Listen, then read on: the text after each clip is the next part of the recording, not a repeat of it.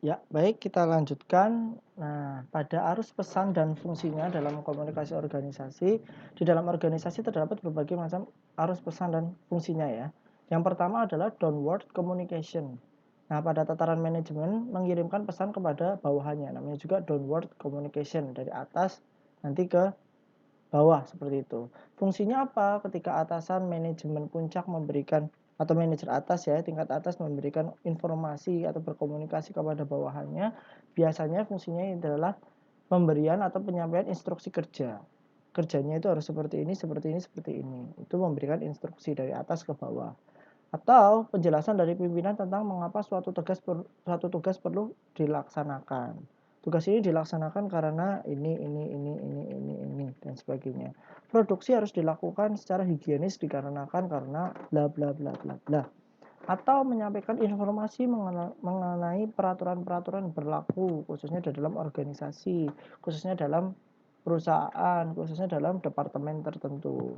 Contohnya dalam memproduksi suatu makanan dan minuman biasanya ada SOP-nya sendiri, harus seperti ini, seperti ini, seperti ini. Melakukannya harus menggunakan uh, alat kebersihan, cuci tangan dulu atau pakai sarung tangan dan sebagainya. Atau juga dari atasan ke bawahan juga bisa memberikan motivasi kepada karyawan untuk bekerja lebih baik seperti penjelasan yang sebelumnya. Itu downward communication.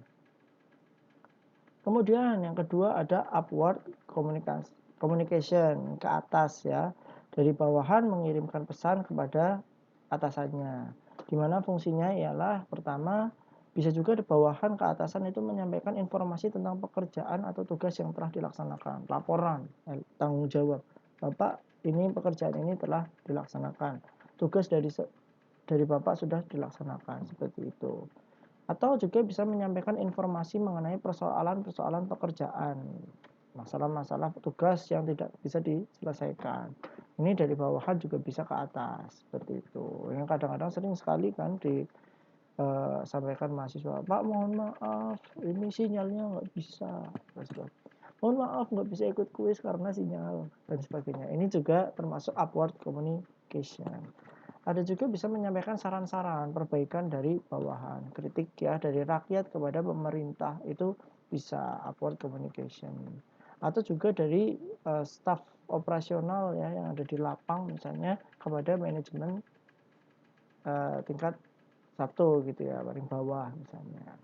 Atau juga menyampaikan keluhan mengenai dirinya sendiri, terkadang mungkin curhat tentang dirinya ataupun tentang pekerjaannya. Itu juga bisa dari bawah ke atas atau upward communication. Ada juga yang namanya horizontal communication ya, horizontal ya, garis lurus yang sama ya, rata. Ini berlangsung antara karyawan, antar teman, antar rekan gitu dalam organisasi. Kalau di perkuliahan ya mungkin antar teman gitu ya. Ataupun bagian yang memiliki kedudukan yang setara. Nah, biasanya fungsinya apa? Ya, karena untuk koordinasi, memperbaiki koordinasi tugas, atau untuk memecahkan permasalahan, saling memberi informasi, atau ketika ada konflik bisa memecahkannya bersama, dan juga bisa menjalin hubungan untuk melakukan kegiatan bersama. Ya, antar teman itu seperti apa sih kalau berkomunikasi ya? Khususnya dalam pekerjaan ya untuk fungsi-fungsi tersebut. Nah, komunikasi sendiri memiliki berbagai macam fungsi tersendiri seperti itu. Yang pertama adalah fungsi informatif, di mana orang-orang dalam tataran manajemen membutuhkan informasi, membuat suatu kebijakan organisasi atau mengatasi konflik. Nah, biasanya karyawan ini perlu informasi. Komunikasi tersebut ditujukan untuk sekedar memberi informasi. Informasi ini tentang apa saja ya, bisa juga karena tentang jaminan keamanan. Jaminan keamanan itu bukan masalah aman dari penjahat, bukan ya, saya kayak aman keamanan secara finansial, aman dari pasca pensiun seperti itu, jaminan sosial, ada informasi tentang kesehatan, informasi tentang izin cuti, informasi tentang bagaimana Anda bisa naik jabatan, apa yang diperlukan dan sebagainya. Itu bersifat informatif. Dalam pekerjaan itu ada perlu seperti itu, khususnya dalam organisasi atau perusahaan itu perlu ya, namanya komunikasi yang bersifat memiliki fungsi informatif. Yang kedua, ada juga yang Fungsi regulatif ini berkaitan dengan peraturan-peraturan regulasi ya, regulatif dari kata regulasi, di mana pada semua lembaga atau organisasi ada hal yang berpengaruh terhadap fungsi regulatif, yaitu atasan atau orang yang berada dalam tataran manajemen ya, regulasi, atau berkaitan dengan pesan itu sendiri, biasanya berorientasi pada kerja, artinya bawahan membutuhkan kepastian peraturan-peraturan tentang pekerjaan yang boleh dan tidak boleh dilaksanakan. Karena apa? Ya regulasi itu penting dalam melaksanakan suatu pekerjaan. Contohnya saya misalnya sebagai dosen muda, ingin melakukan sesuatu, saya langsungnya ke Pak Rektor lah, ini ada usulan bagus. Ya, regulasinya seperti apa sih gitu. Ternyata regulasinya enggak saya baca. Regulasinya ya kalau mau usul ya dari saya dosen, mungkin ke kaprodi dulu, nanti dari kaprodi ke dekan, nanti dari dekan baru ke rektor misalnya. Ada regulasi yang seperti itu, step by step. Nggak tahu karena setiap perusahaan beda-beda misalnya. Nah, fungsi regulasi ini lebih berkaitan dengan aturan-aturan, rules-rules yang diterapkan di perusahaan seperti itu. Kemudian yang ketiga, fungsi persuasif. Kalau kemarin kita sudah membahas masalah motivasi, ini kaitannya erat sekali dengan fungsi persuasif ya. Dalam mengatur organisasi, kekuasaan dan kewenangan tidak akan selalu membawa hasil sesuai dengan yang diharapkan. Walaupun kita sudah mengeluarkan informasi, komunikasi yang bersifat informatif misalnya, ini atau regulatif, nanti harus seperti ini, seperti ini, seperti ini. Maka diperlukan juga komunikasi yang memiliki fungsi persuasif atau mengajak bawahannya agar mengikuti alur atau mengikuti kegiatan yang sudah ditentukan gitu, ketimbang hanya sekedar memberi perintah kamu lakukan ini ya, enggak gitu, karena sudah ada aturannya, enggak. Kadang-kadang perlu pendekatan-pendekatan persuasif seperti itu. Karena kenapa? Kalau sudah persuasif dan orang mau bekerja secara sukarela, maka karyawan itu akan all out atau tune in ya kepada pekerjaan tersebut dan memberikan kepedulian yang lebih besar. Seperti itu ketimbang hanya sekedar paksaan atau sekedar aturan-aturan yang tertulis atau aturan-aturan perintah-perintah dan sebagainya. Itu perlu diajak persuasif. Caranya seperti apa? Ya setiap orang berbeda-beda cara pendekatannya. Oleh karenanya kemarin kita sudah membahas masalah motivasi dan needs, perspektif kebutuhan, kita sudah membahas masalah itu. Karena apa? Dalam persuasif hal yang paling perlu ketahui adalah masalah kebutuhan dari siapa yang kita ajak bicara, seperti itu. Kalau karyawan membutuhkan intensif ya atau kebutuhan upah minimum, ya mungkin pendekatan-pendekatannya bisa dengan pendekatan seperti itu. Apabila Anda melaksanakan pekerjaan ini bro gitu ya, nanti ada intensif loh, gitu pasti akan lebih tergugah seperti itu. Hanya ketimbang kamu ngerjain ini ya gitu. Seperti itu. Kemudian fungsi yang keempat adalah fungsi integratif, di mana setiap organisasi berusaha untuk menyediakan saluran yang memungkinkan karyawan dalam melaksanakan tugas dengan baik. Pada intinya integratif adalah mencoba untuk menggabungkan, mengintegrasikan, menghubungkan berbagai macam saluran komunikasi, ya baik itu formal maupun informal. Semuanya digunakan, itu fungsinya, mengintegrasi. Contohnya kalau di formal ya bisa dengan buletin atau laporan dan sebagainya. Di informal bisa mungkin lagi istirahat kerja, makan bareng, lunch, itu kita bisa ngobrol, itu semuanya digunakan seperti itu. Khususnya untuk apa? Ya untuk tujuan organisasi, kayak gitu. Nah, dengan adanya aktivitas ini menumbuhkan keinginan untuk berpartisipasi yang lebih besar dalam diri karyawan terhadap organisasi. Kadang memang ada beberapa posisi karyawan yang tidak bisa vokal pada forum-forum tertentu dalam formal. Oleh karenanya biasanya ini manajer itu harus peka juga. Mungkin ketika lagi makan bareng, istirahat bareng, mungkin nonton bareng, jalan bareng gitu ya, itu perlu dibahas juga di luar. Siapa tahu ada masukan-masukan karyawan yang bagus, yang bermutu tapi tidak bisa tersampaikan dalam formal. Begitu juga formal itu tempat eksekusinya yang nggak bisa dilakukan di informal, kemudian disahkan dalam formal. Semuanya harus terintegrasi. Tadi saya di depan sudah disampaikan bahwa permasalahan-permasalahan utama kadang-kadang muncul dalam komunikasi. Nah, dalam komunikasi itu sendiri ada hambatannya, berbagai macam hambatan. Pertama adalah hambatan teknis. Ada yang mengatakan karena keterbatasan fasilitas atau peralatan komunikasi. Kita lagi kuliah harusnya pakai mic-nya nggak bunyi misalnya, rusak. Akhirnya atau dalam sebuah seminar yang audiensnya banyak gitu ya, mic-nya rusak sehingga harus pakai suara pribadinya, suara dirinya ya, tanpa bantuan alat, dan tidak tersampaikan karena apa, mungkin penonton atau audiens yang ada di belakang tidak mendengar gitu.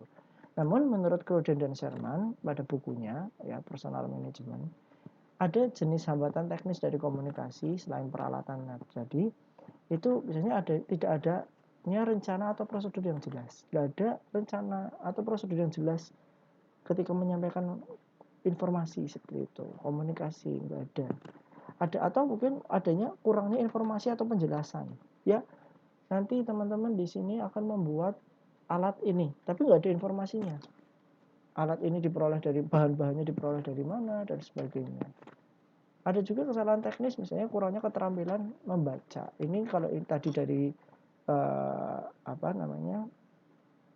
penyampai informasi, ini biasanya dari penerima informasi. Kurangnya keterampilan membaca apabila itu dalam bentuk tulisan. Yang nggak bisa baca, susah baca kok dikasih tulisan seperti itu. Kan ada beberapa warga Indonesia yang mungkin masih belum bisa membaca, atau mungkin sudah bisa membaca tapi tingkat pendidikannya tadi rendah gitu, sehingga ketika membaca hal-hal yang bersifat kebijakan, prosedur, regulasi itu masih bingung seperti itu. Itu juga bisa termasuk ke dalam hambatan yang teknis. Atau pemilihan media atau saluran yang kurang tepat. Pemerintah menghimbau khususnya kawula muda untuk jangan mudik, dan itu himbauannya memilih saluran yang tidak pas sesuai dengan penerima pesan. Misalnya menghimbaunya masif di koran, padahal anak muda zaman sekarang siapa sih yang masih baca koran gitu. Ya di mana? Ya menggunakan sosial media atau tempat-tempat platform digital yang di situ ada anak mudanya. Nah, kadang-kadang kita salah dalam menentukan saluran komunikasi itu sendiri. Nah, itu biasanya hambatannya di situ. Ada yang kedua, yaitu adalah hambatan semantik. Ini biasanya hambatan bahasa ya. Bahasa. Dimana kalau komunikasi kan kita perlu namanya pertukaran timbal balik ya. Tapi seringkali proses penafsirannya keliru. Kadang-kadang kita ngomongnya A tapi ditafsirkan oleh orang lain B. Itu seringkali terjadi.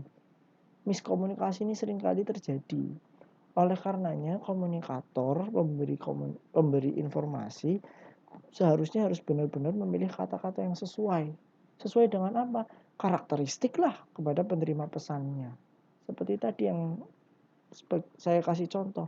Menteri Pertanian dengan segudang background pendidikannya, mungkin bacaannya buletin, bacaannya jurnal dan sebagainya, tapi harus berbicara di depan petani yang mungkin pendidikannya SD, SMP. Nah, itu harus disesuaikan sehingga tidak adanya salah penafsiran, miskomunikasi. Mungkin belum sampai salah penafsiran, mungkin udah nggak mudeng dulu gitu. Atau yang paling bahaya kan sebenarnya salah penafsiran ya. Kita ngobrolnya harusnya instruksinya jelas. Anda harus A, B, C, tapi diterjemahkannya D, E, F, dan itu bisa menghasilkan tujuan atau hasil yang berbeda. Atau mungkin hasil yang sangat berlawanan dengan perintah yang di awal. Itu juga harus sangat hati-hati gitu. Kemudian lanjutnya ketiga adalah hambatan manusiawi. Manusiawi itu bisa karena faktor misalnya emosional, adanya prasangka pribadi, persepsi, atau mungkin ketidakahliannya dia sendiri, ketidakcakapan, kemampuan, alat-alat panca indera seseorang ya, timbul dari manusiawi, individu manusia. Persepsi bisa juga karena perbedaan umur, kondisi emosi, misalnya lagi utang, terus disuruh ngajar, wah bukan saya, yang lain. Ada juga keterampilan mendengarkan, perbedaan status, ya manusiawi. Kita lagi ingin menyampaikan sesuatu, tapi di dalamnya tercampur emosi. Kadang-kadang yang pesan yang disampaikan itu harusnya sebatas A, tapi langsung A, B, C, D, E, F, G. Wah, harusnya pesan-pesan yang tidak boleh disampaikan akhirnya keluar semua karena emosi. Itu juga kurang baik, seperti itu. Atau ada prasangka pribadi kalau kita menyampaikan ini, nanti dia melakukan sesuatu yang lebih dari kita. Akhirnya informasi tersebut disembunyikan. Itu juga termasuk hambatan manusiawi dalam berkomunikasi. Nah, ini biasanya hambatan-hambatan seperti ini sih biasanya ditimbulkan oleh iklim psikologis di dalam organisasi.